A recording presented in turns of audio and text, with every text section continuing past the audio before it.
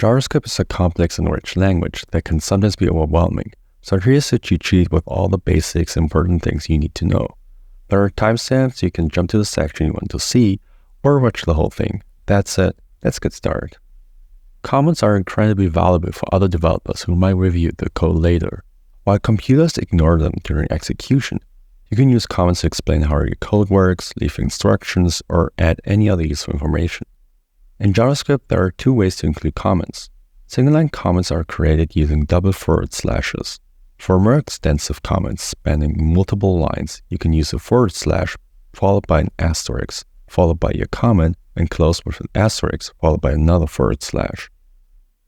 The console is a tool used for debugging and testing web browsers or server terminals that helps display messages and data during troubleshooting.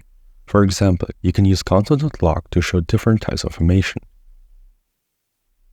For warnings, use console.warn, and for errors, use console.error. When you have lots of data, you can also use console.table to organize it into a table. In JavaScript, variables are like labeled containers used to store and manage data. We use the let and const keywords to create variables. The let keyword declares a variable that is limited to the block of code it's created in. Here, the message variable can only be accessed within the greet function. Trying to use it outside will result in an error. What makes let special is that it allows you to change the value later. You first set the greeting to hi and then update it to hey. This is not possible with const. The const keyword also declares a block scope variable, but it can be reassigned after it's set. In this case, ring bearer is fixed as Frodo, and any attempt to change it will lead to an error. Remember, let allows for reassignment while const keeps a constant value. Numbers are a primitive data type used to represent numeric values. They can be written with or without a decimal point and can be either positive or negative. We can perform operations on numbers using arithmetic operators.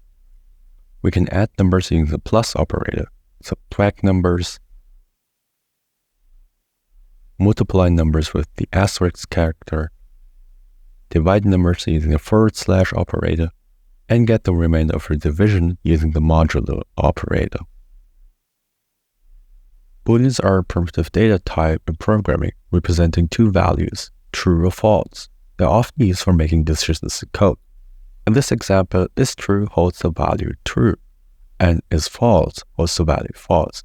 These values are commonly used in conditional statements to control the flow of a program.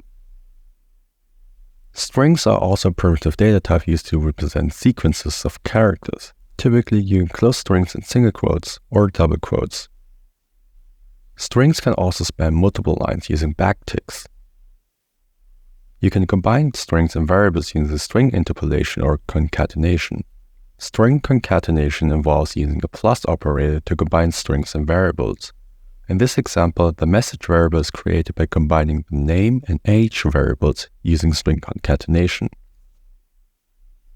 String interpolation lets you embed variables directly into a string using template literals and the $ and curly braces. Instead of using a plus operator to combine strings and variables, we can use string interpolation to embed variables directly into a string. String interpolation simplifies embedding variables within strings for clearer and more concise code. So far, we have assigned values to variables using the equal sign. This is known as the assignment operator. In addition to the basic assignment operator, there are compound assignment operators that combine an operation with assignment. These operators perform an operation and assign the result back to the variable. Here are a few examples. We can do basic math operations like addition, subtraction, multiplication, and division, and assign the result back to the variable in a single step.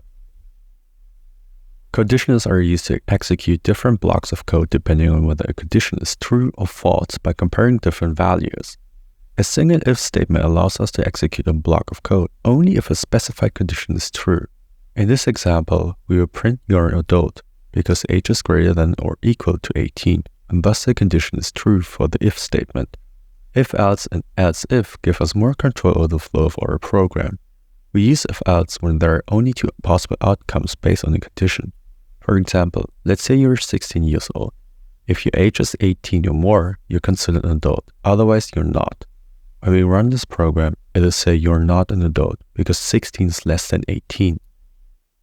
Else if is the extension of the if-else statement that allows us to check for multiple conditions. In this example, we check if grade is greater than or equal to 90, and if so, print A. If not, we check if the grade is greater than or equal to 80, then print B, and so on. Since the grade is 85, the condition for the second else if statement is true, so B will be printed. The ternary operator offers a concise alternative to writing an if-else statement. The ternary operator checks if sunny is true. If sunny is true, then the console will print let's go to the beach. But if sunny is false, then the console will print we might need an umbrella. The switch statement provides a way to execute specific blocks of code based on the value of a variable, offering an alternative to using lengthy chains of if-else if statements. In this example, the switch statement evaluates the value of day and executes the corresponding block of code based on the match. Since day is Wednesday, the second block of the code is executed, indicating that it's the middle of the week. If none of the cases match, the default block is executed. Operators in JavaScript are key tools for performing different actions on values like math, comparison, logic, and assignments. Comparison operators help us to compare values and produce true or false. They include greater than, less than, greater than or equal to, less than or equal to strict equality, equal to not strict equality, and not equal to, also strict equality. Logical operators help combine or negate Booleans. They include the logical AND, returns true if both operands are true, logical OR returns true if at least one operand is true, and logical NOT negates the Boolean value of an operand. The knowledge coalescing operator, 2 question marks in JavaScript, checks for null or undefined.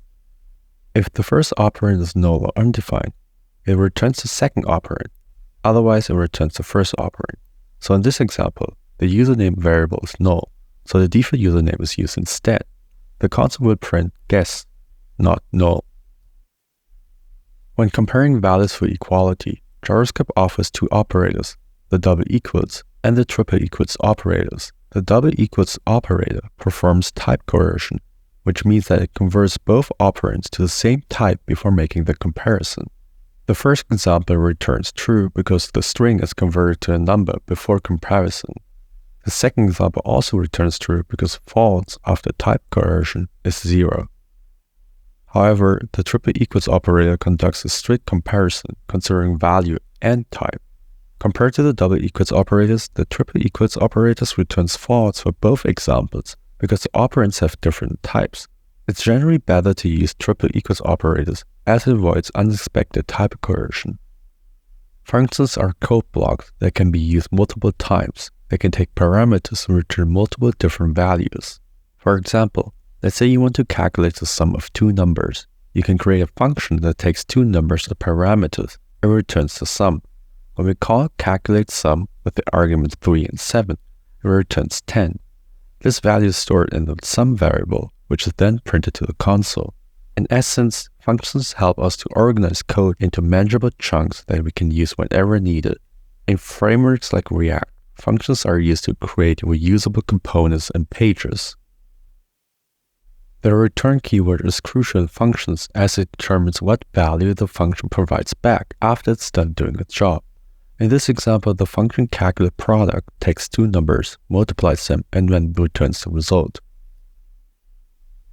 Function declaration is a way to define a named function in JavaScript.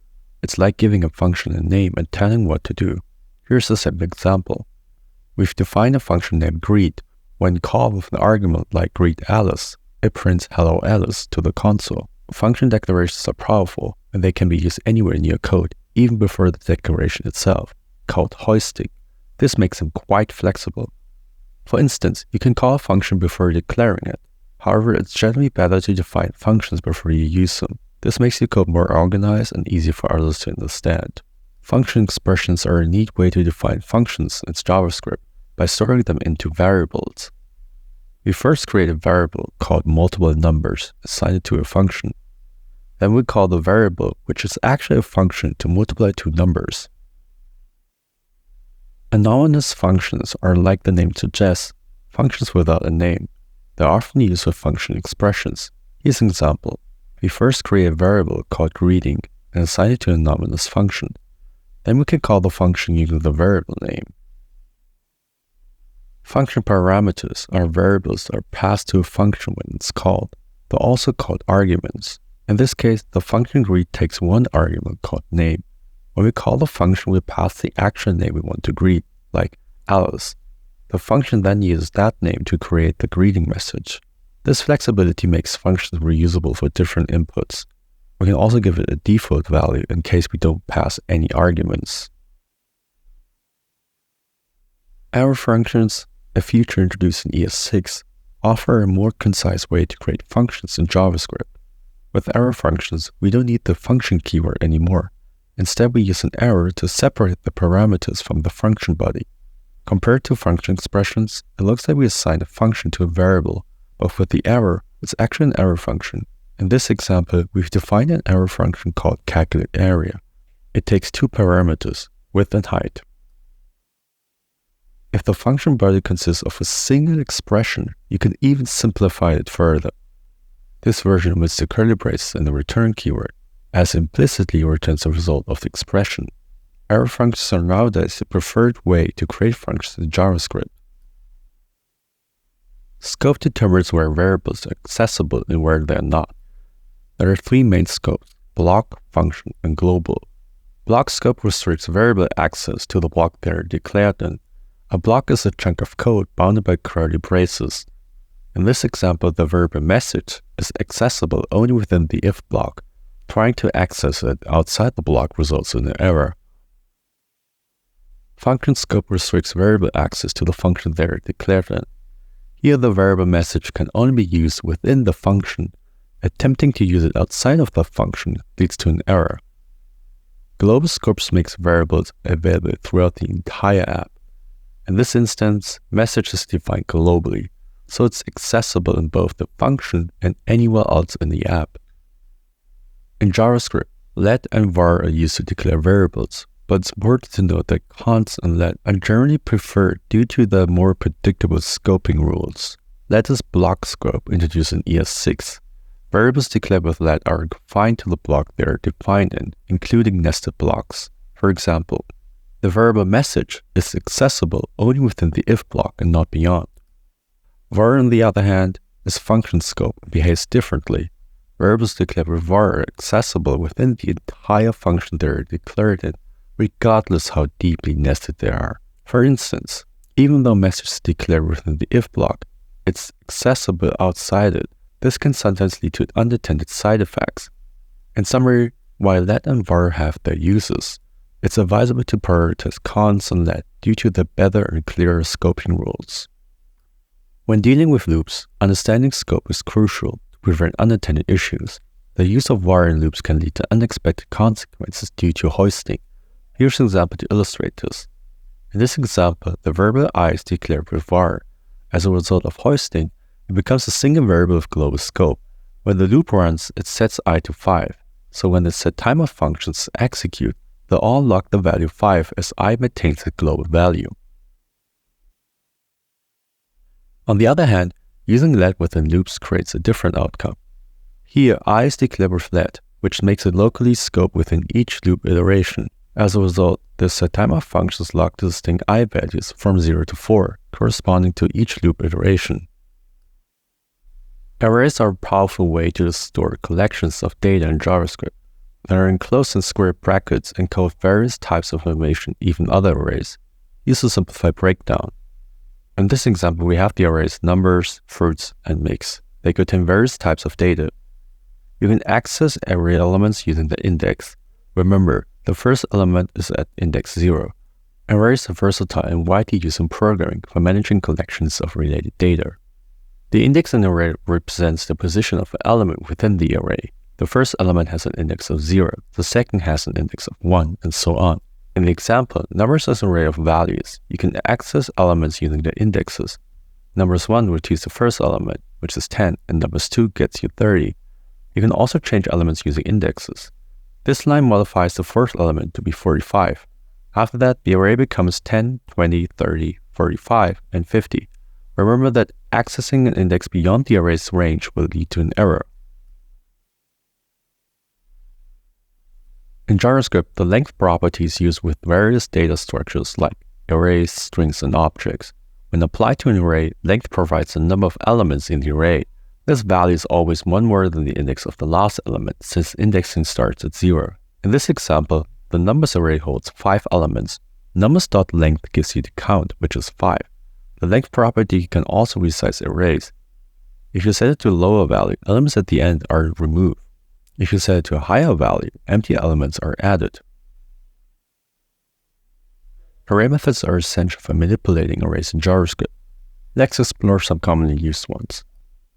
The push method adds elements to the end of an array, returning the new length. The pop method removes the last element and returns the removed element.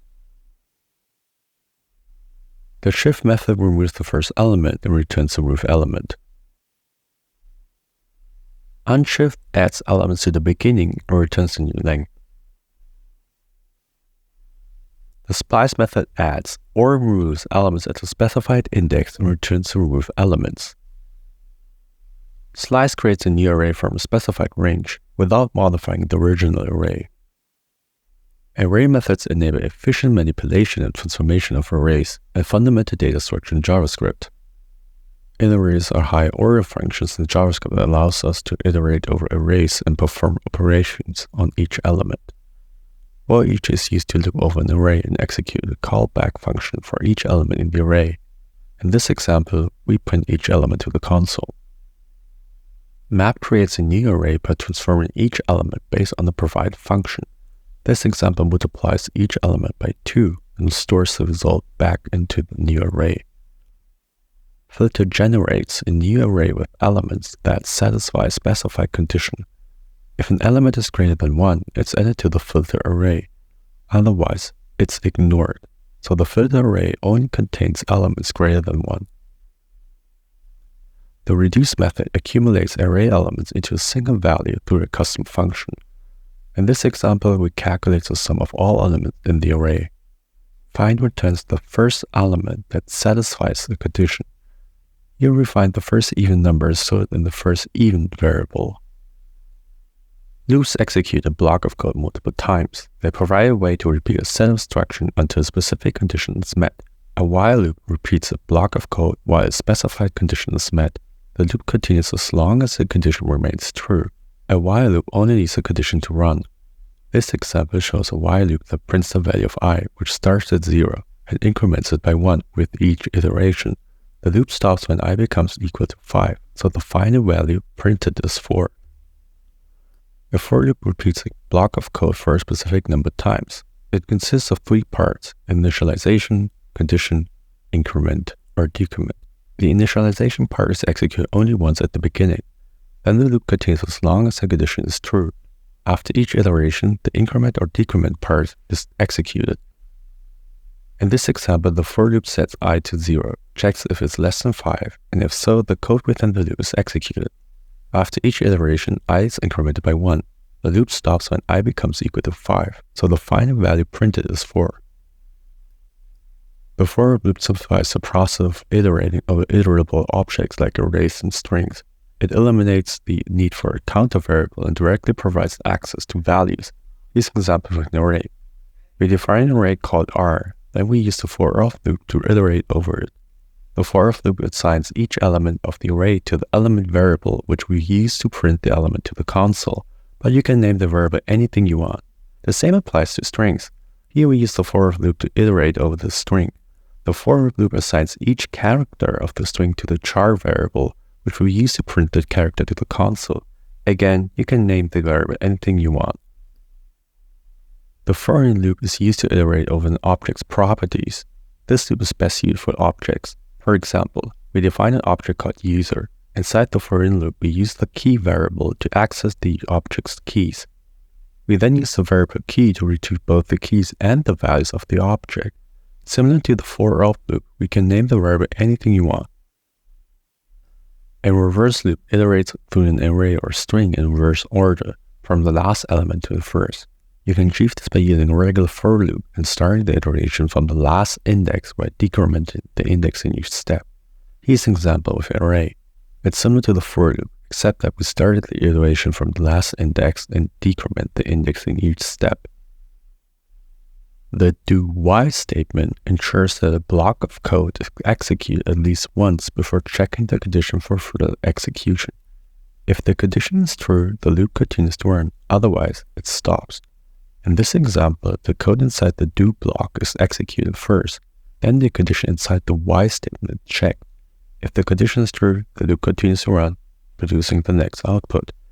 If the condition is false, the loop stops. In this case, the condition becomes false when I becomes equal to 5. Looping through arrays is a fundamental task in programming, and JavaScript provides various methods to achieve this efficiently. Here are 3 common approaches. The for loop is a classic way to iterate through an array. We initialize a counter variable I to 0, and then check if less than the array's length. If so, we execute the code inside the loop. After each iteration, we increment I by 1. The loop stops when I becomes equal to the array's length.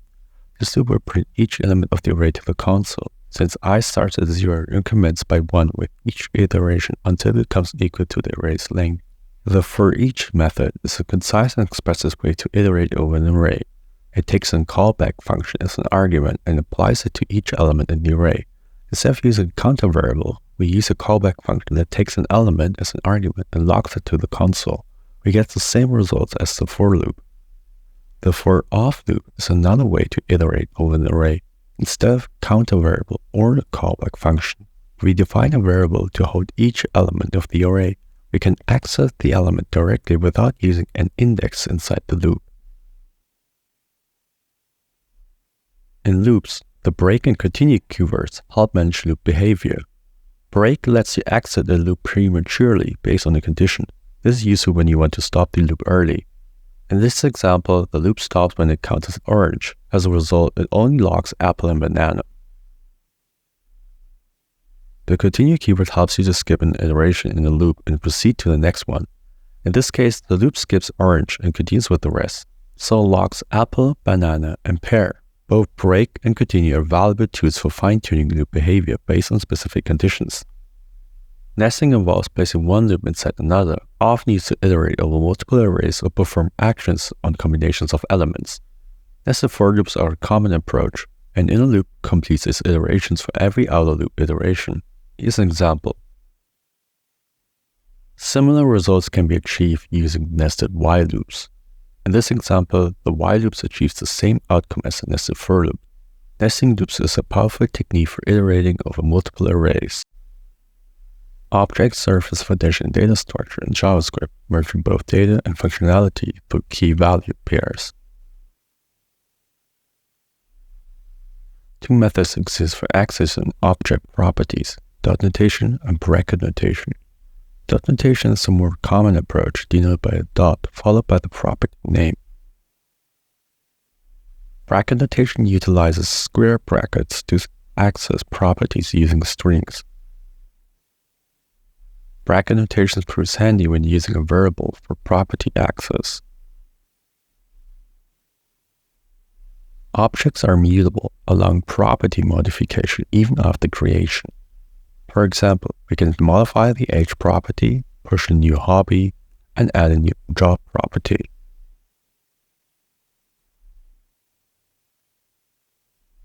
Factory functions are a powerful way to create objects in JavaScript, especially when you want to generate objects with shared properties and methods. Here's an example of a factory function that creates person objects. In this example, the createPerson factory function takes 3 parameters, name, age, and occupation, and returns an object with those properties. Each object created by the factory has a create method that can be used to introduce themselves. This approach makes it easy to create multiple objects with similar structure and behavior without duplicating the code for creating those objects. The delete operator can be used to remove a property from an object. In this example, we remove the city property. Objects can be passed as arguments to functions, allowing for more complex data to be processed within the function. For instance, we pass the John object as an argument to the printPerson function. The function then prints the person's details to the console. The this keyword refers to the object that the method or function is being called on. It allows a method or function to access and manipulate the properties of the object it belongs to. For example, the sayHello method uses this to access the name and age properties of the person object.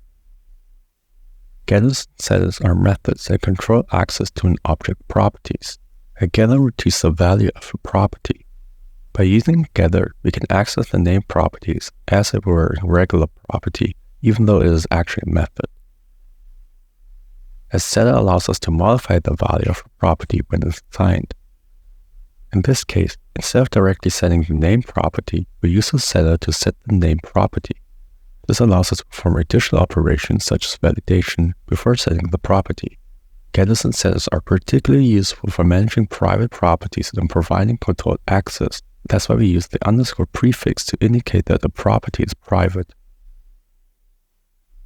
Classes are like blueprints for creating objects in JavaScript, allowing us to define properties and methods that instances of the class will have. We create a class using the class keyword, followed by the class name. The class body is enclosed in curly braces and contains the class properties and methods. A class constructor is a special method that gets called when you create a new instance of the class using the new keyword. It allows you to set initial values for the object properties. In this example, the person class defines a constructor that initializes the name and age properties when a new instance is created. The sayHello method can be called in instances of the person class to display a greeting based on the object properties. We create a new instance of the person class using the keyword new and store it into a variable. Then we call the sayHello method to display the greeting. Class methods are functions defined within a class that can be called in instances of the class. They allow you to perform actions or calculations using the object's properties. In this example, the rectangle class defines a calculate area method that returns the area of the rectangle based on its height and width properties. We create a new instance of the rectangle class called the calculate area method on it to calculate the area.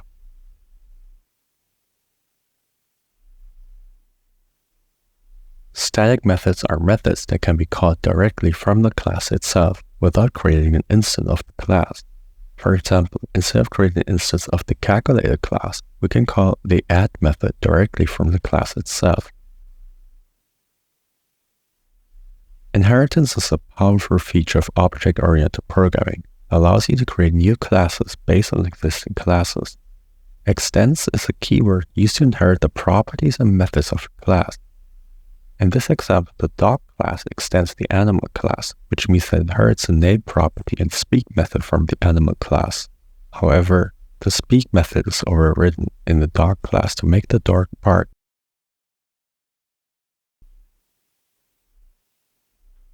Modules are used to organize code into separate files or modules, making it easier to manage and maintain larger applications. There are two main ways to work with modules. Export and import is a feature introduced in ES6 that allows us to export and import functions, objects, or values from one module to another. In this example, we export name and sayHello from the person.js module and import them into the main.js module. We can then use the imported variables in the main.js file. In CommonJS, you can use module.exports and require to achieve the same result. Here's how we can rewrite the previous example using CommonJS.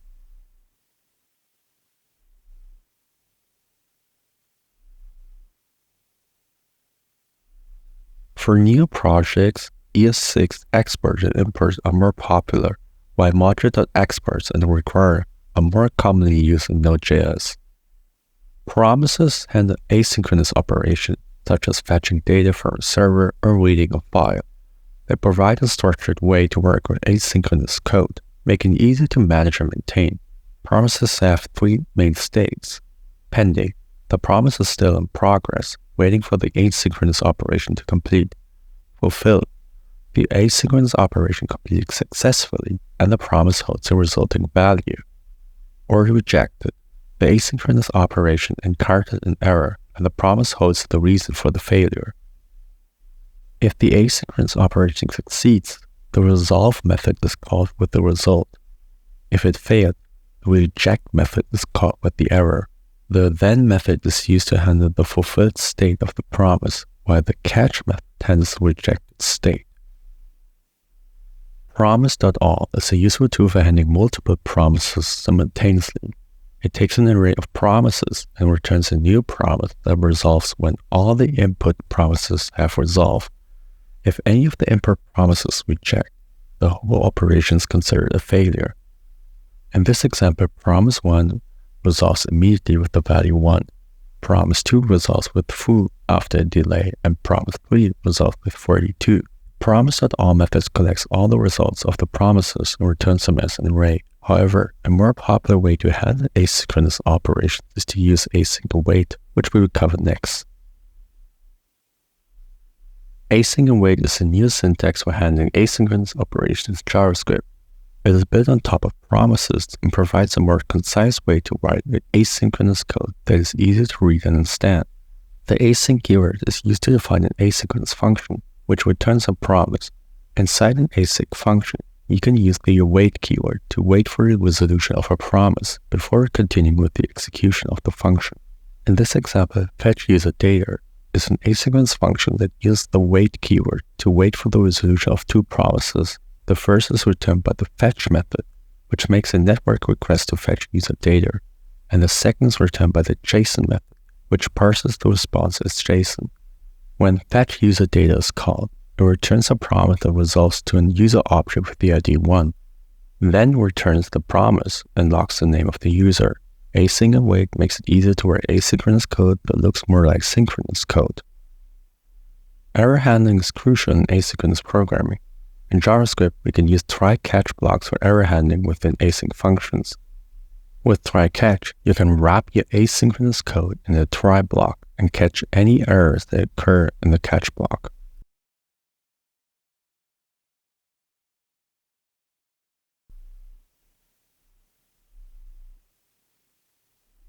You can also handle errors using the catch method with promises. In this example, the code first fetches data from an API.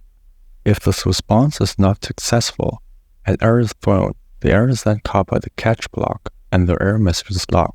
Using the catch method allows you to handle errors that occur at any point within the promise chain. Requests enable communication between clients, like web browsers, mobile apps, and servers to exchange data. Here are some common methods for making requests. JSON, or JavaScript Object Notation, is a lightweight format for data exchange between clients and servers.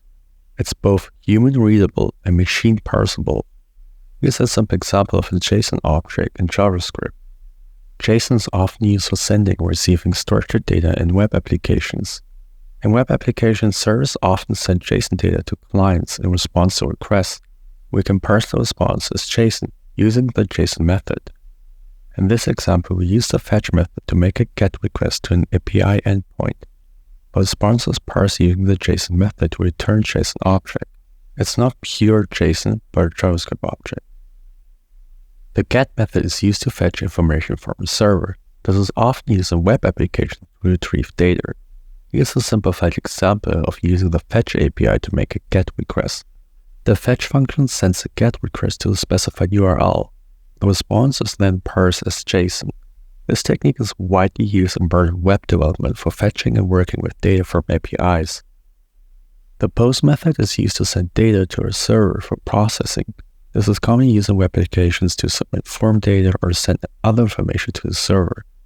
Here's a simplified example of using the fetch API to make a POST request. We first define an object with the username and password. Then, using the fetch function, we send a POST request to the specified URL. We include the method as POST, set the content type header to application/JSON to indicate that we're sending JSON data, and use JSON.stringify to convert the data object into its JSON string for the request body. The delete method is used to request the removal of the resource on the server. This is typically used to delete specific data or content from a server. Here's an example of using the fetch API to make a delete request. With the fetch function, we send a delete request to a specified URL, which represents the resource to be deleted. The method is set to delete. After the request is sent, we check if the response OK property is true, determine if the deletion was successful. Otherwise, we log an error to the console. Put is used to update or create a resource on the server. This is commonly used to modify existing data. Here's an example of using the fetch API to make a put request. In this example, we create an object with the updated title and content. Using the fetch function, we send a put request to a specified URL. We set the method as put, include the content type header as application/JSON. After sending the request, we parse the response as JSON and log the updated data to the console.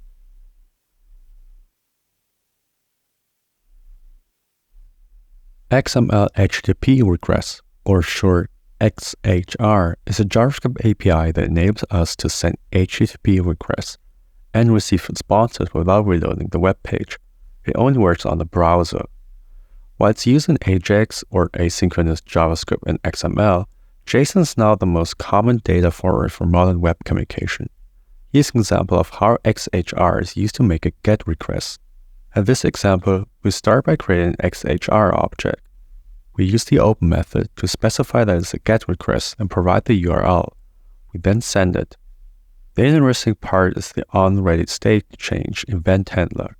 This function is triggered whenever the ReadyState property of the XHR object changes.